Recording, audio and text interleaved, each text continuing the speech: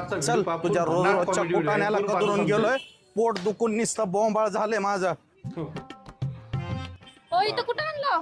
इथं कुठं आणला रोलर वाल्याकडे माझं काम आहे. थांब जरा. ओ भैया बोला की सर.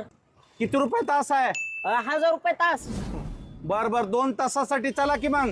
येताव की काय काम आहे? अहो तुम्हाला काय करायचंय त्याच्याहून येताव का सांगा. नेमकं काम तर सांगा काय आहे? अहो काय सांगू तुम्हाला. बायकुनीच त्या मनगटावनी जाड भाकरी करायली. भाकरी आहेत का रोट आहे हीच कळ नाही. 20-25 भाकरी थापल्यात ही ना.